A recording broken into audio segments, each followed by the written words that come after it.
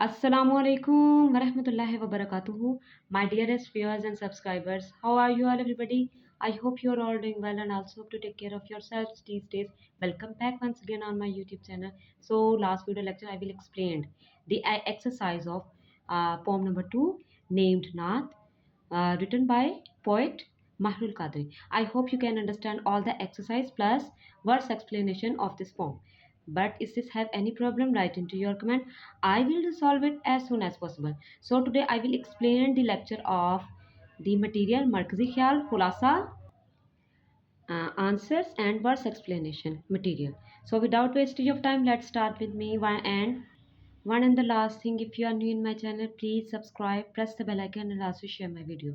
Then let's start. First of all, the Markazi Khayal of this poem.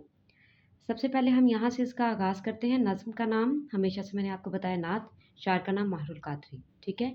और मरकज़ी ख़्याल बहुत ही आसान अल्फाज में मैंने इसे वाज़िया किया है, ठीक है।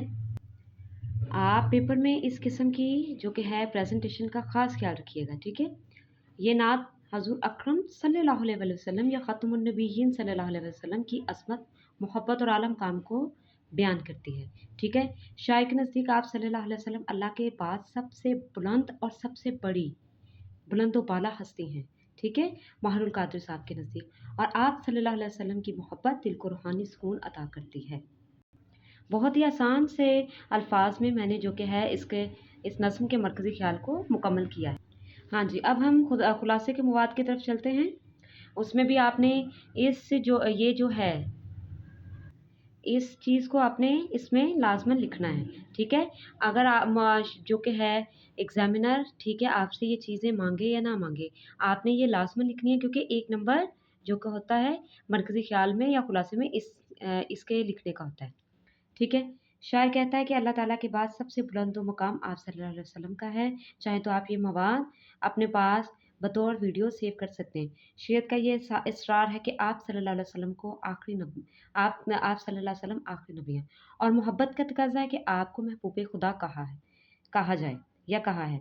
जब आपका ज़िक्र आए तो हर चीज़ खामोश और दिलो ज़ुबान अदब से दुरूद व सलाम पढ़ते हैं, ठीक है। जैसे ही किसी महफ़िल में या किसी मजलिस में आप सल्लल्लाहु अलैहि वसल्लम की ज़ात मुबारक का ज़िक्र होता है, तो सब जो कि है अब बा एहतराम दुरूद व सलाम जो कि है पढ़ते हैं। और आप सल्लल्लाहु अलैहि वसल्लम के नक्शे कदम पर चलना ही हदायत और बख्शिश का रास्ता है। मदीना की याद, यहाँ पर जो कि है शायर मदीना की याद के बारे में लिखते हैं कि दिल को इस कदर मुतासिर करती है, यानी इस कदर याद आती है, इस कदर मदीना की याद उनके दिल को गमज़दा करती है कि माहरुल कादरी की आंखों से आंसू बहने लगते हैं। मजमूई तौर पर यह नात आप सल्लल्लाहु अलैहि वसल्लम से गहरी मोहब्बत और अकीदत का इजहार है। बहुत ही आसान अल्फाज में मैंने जो कि है इन दोनों चीज़ों को वाज़ह किया है। अगर आप इसी तरीके से अपने पेपर में या अपने किसी टेस्ट में इसे लिख देंगे या जायज़े में, तो आपके पूरे 5 नंबर आ सकते हैं। ठीक हो गया जी। अब जवाबात की तरफ चलते हैं। जी, मैंने सवालात नहीं लिखे हैं, लेकिन जवाबात लिखे हुए हैं, तो आप इस वीडियो को सेव करके या अपने पास रख सकते हैं, आपको समझ में आ जाएगा। बहुत ही वाज़ेह अंदाज़ में मैंने जवाबात लिखे हैं। सबसे पहले नात से क्या मुराद है? इस्लाम में नात से मुराद वो नज़्म है जिसमें हज़रत मोहम्मद सल्लल्लाहु अलैहि वसल्लम की तारीफ़ व तौसीफ़ बयान की गई हो, नात कहलाती है, ठीक है। सवाल नंबर 2 है जिसका जवाब मैंने लिखा है। शरीयत का तकाज़ा है कि आप सल्लल्लाहु अलैहि वसल्लम को यानी हज़रत मोहम्मद सल्लल्लाहु अलैहि वसल्लम को या ख़ातमुल अंबिया हैं, ठीक है, यानी ख़ातमुल अंबिया हैं आप सल्लल्लाहु अलैहि वसल्लम। और मोहब्बत का तकाज़ा ये है कि आप महबूब खुदा हैं। ठीक हो गया। उसके बाद सवाल नंबर 3 होगा, सरापा गोश्त का क्या मतलब है?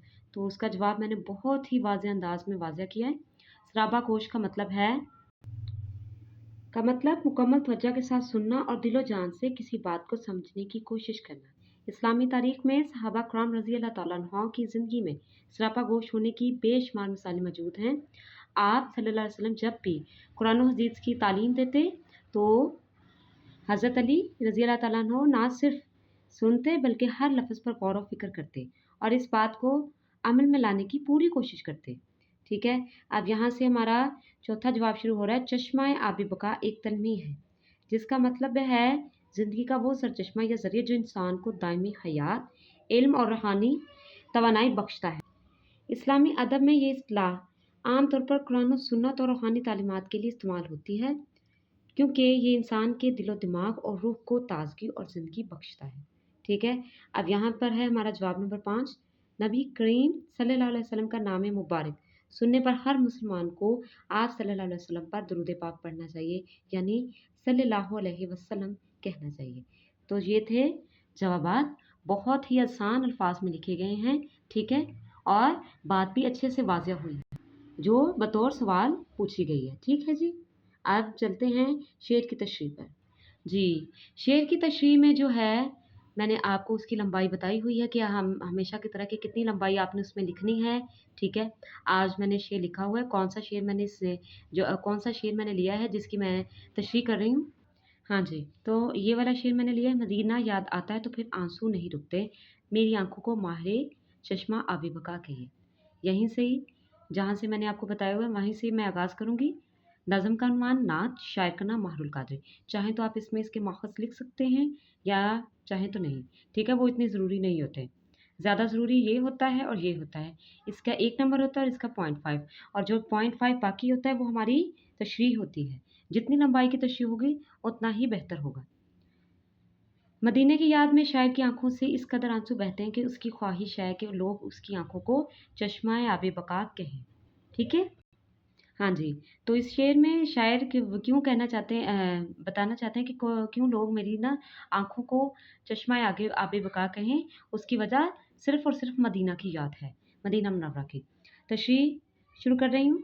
ये शेर नातिया शायरी में जज्बा इश्क रसूल, शौक़ मदीना और रूहानी वाबस्तगी का नहायत पुरअसर इजहार है, जो शायर के लिए जो कि है साहिब एहतराम चीज़ क्या की वजह है।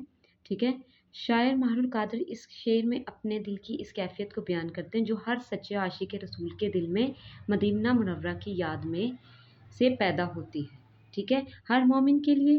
ठीक है, जो हज़रत मोहम्मद सल्लल्लाहु अलैहि वसल्लम की याद में जो कि है आंसू बहाता है या उनसे जो कि है जज्बा इश्क रखता है।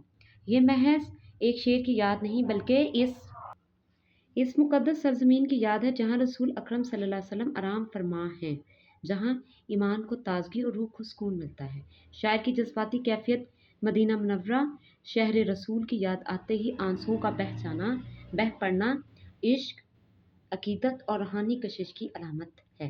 ठीक है, ये आंसू गम के नहीं बल्कि मोहब्बत, शौक़ और सआदत के हैं।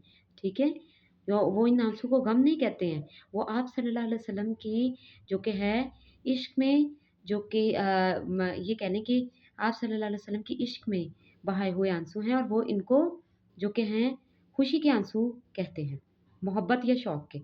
आशिक के लिए मदीना सिर्फ़ एक जुग़राफ़ियाई मकाम नहीं बल्कि ईमान का मरकज़, सुकून कल्ब, ठीक है, दिली सुकून और रूहानी ज़िंदगी का सरचश्मा है। और बहुत से बुज़ुर्गान दीन मदीना मुनव्वरा का ज़िक्र सुनते ही आबदीदा हो जाते हैं।